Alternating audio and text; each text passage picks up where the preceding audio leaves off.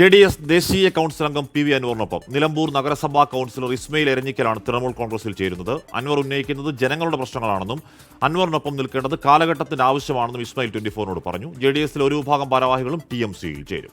ഈ P V Anwar ഉന്നയിക്കുന്ന, അതായത് ഇപ്പോൾ BJP അല്ലെങ്കിൽ സംഘികളുമായി പിണറായി സർക്കാരും ഒന്നിച്ചാണ് പോകുന്നതെന്നും പോലീസിൽ ഈ സംഘിവൽക്കരണമുണ്ടെന്നാണ് പി വി അൻവർ പറയുന്നത്. അപ്പോൾ ഞാൻ ഉന്നയിക്കുന്ന പ്രശ്നങ്ങളാണ്, അല്ലെങ്കിൽ ഞാൻ അഭിമുഖീകരിക്കുന്ന പ്രശ്നങ്ങളാണ് പി വി അൻവറും ഉയർത്തിക്കാണിക്കുന്നത്. അത് അൻവർ നയിക്കുന്ന തൃണമൂൽ കോൺഗ്രസിലേക്ക് ഇന്ന് നമ്മൾ 10 മണിയോടുകൂടി പാർട്ടിയിൽ ചേരാൻ ഉദ്ദേശിച്ചിട്ടുണ്ട്. നിലമ്പൂർ നിയോജകമണ്ഡലത്തിലെ നമ്മളെ കൂടെ നിൽക്കുന്ന ഭാരവാഹികളും പ്രവർത്തകരും അടങ്ങുന്ന ഒരു ടീം ഇന്നു മുതൽ അൻവറിൻ്റെ കൂടെ പ്രവർത്തിക്കാനും അദ്ദേഹത്തിൻ്റെ വിജയത്തിനു വേണ്ടി പ്രവർത്തിക്കാനും തീരുമാനിച്ചു. വിപിൻ സി വിജയൻ, വിപിന് ഈ ഭാരവാഹി അടക്കം എത്ര ഭാരവാഹികളാണ്? കൂട്ടത്തിൽ പ്രവർത്തകരുണ്ടോ? അപ്പോൾ TMCയിൽ ചേരുന്നത് ഒരു പരിപാടിയാക്കാൻ മാറ്റാൻ പ്ലാനുണ്ടോ അൻവറിന്? വിപിൻ.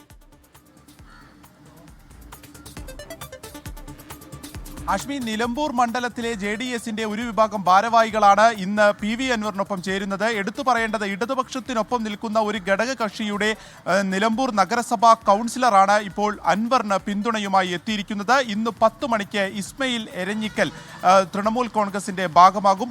ഒപ്പം തന്നെ ഈ മണ്ഡലത്തിന്റെ മറ്റു ഭാരവാഹികൾ ഉൾപ്പെടെയുള്ളവരും TMCയുടെ ഭാഗമാകും. ഇതിൽ മറ്റൊരു കാര്യമുള്ളത്, ഈ PV അൻവർ ഉന്നയിക്കുന്ന അതേ വിഷയം തന്നെയാണ് താനും ഉന്നയിക്കുന്നത്. ഒരേ പാതയാണെന്ന് തിരിച്ചു പറഞ്ഞുകൊണ്ടാണ് അൻവറിനൊപ്പം നിൽക്കുന്നത്. അത് ഈ കാലഘട്ടത്തിന്റെ ആവശ്യമാണെന്ന് ഇസ്മയിൽ പറയുന്നു. ഒപ്പം തന്നെ ഇപ്പോൾ JDSനെ സംബന്ധിച്ച് ദേവഗൂഡ വിഭാഗമാണ്. അവർ ദേശീയ തലത്തിൽ BJPക്കൊപ്പമാണ്. കേരളത്തിലേക്ക് വരുമ്പോൾ CPMനൊപ്പമാണ്. ഇത് BJP CPM അന്തർധാരയാണ്.